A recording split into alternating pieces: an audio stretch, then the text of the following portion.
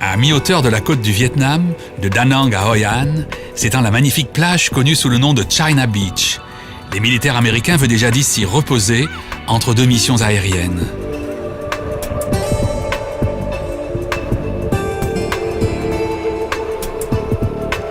Aujourd'hui, un grand concours de cerfs-volants est organisé sur la plage.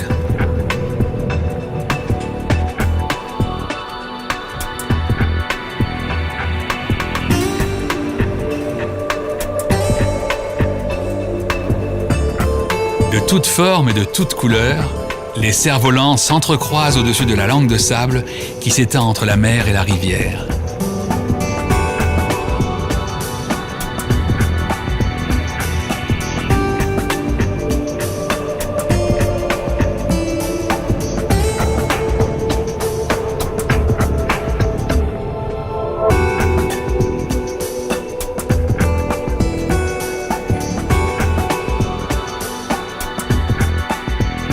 Dans cette région se dressent les plus agréables hôtels de la côte vietnamienne. Celui-ci, le Victoria, appartient à un petit groupe d'investisseurs français qui ont été parmi les premiers à croire en l'avenir touristique du Vietnam.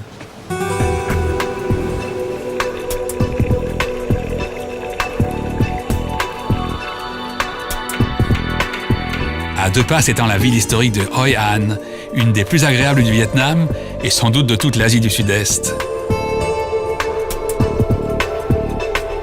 Déjà prospère au IIe siècle de notre ère, la ville faisait partie du royaume de Champa. Les Vietnamiens, les Européens, les Chinois y établirent tour à tour des comptoirs commerciaux. Les lanternes de papier sont une des productions de Hoi An. Elles ornent le pont couvert, construit par des Japonais au XVe siècle.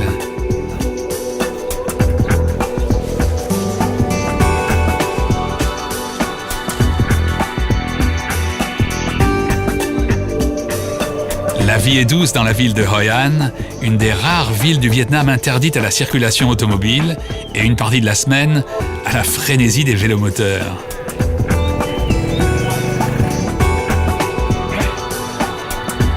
Des barques attendent des visiteurs pour les emmener naviguer sur le fleuve Han. Et la ville recèle un nombre impressionnant de résidences historiques et de pagodes.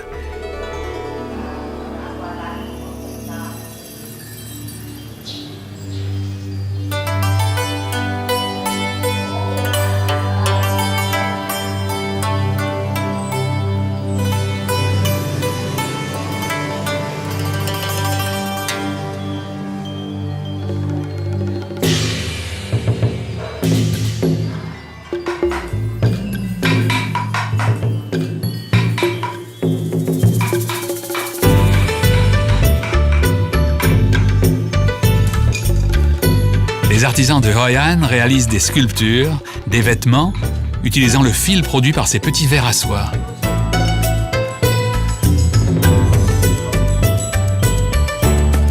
On peut voir ici un rouet extraire les fils de soie des cocons trempés dans de l'eau chaude. Et des femmes tisser des soieries ou des nattes.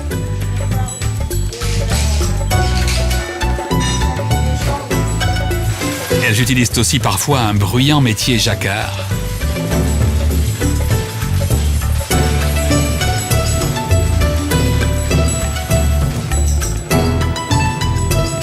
Et des brodeuses reproduisent avec un réalisme et une précision fascinants des peintures ou des photographies.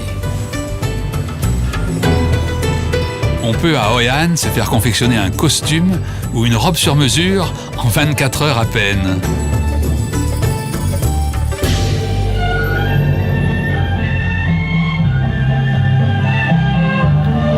Ce soir, sur la terrasse de l'hôtel, 4 jolies Vietnamiennes sont venues danser.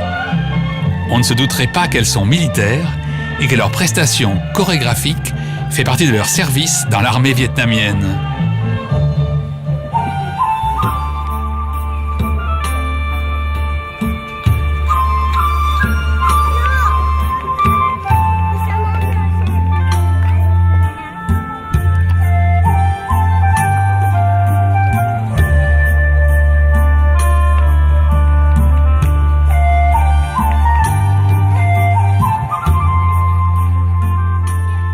Chacun des hôtels de ce groupe offre des excursions particulièrement authentiques et pittoresques, en train vers le nord du pays, en jonque sur le Mékong ou, à Hoi An, en sidecar jusqu'à la frontière laotienne.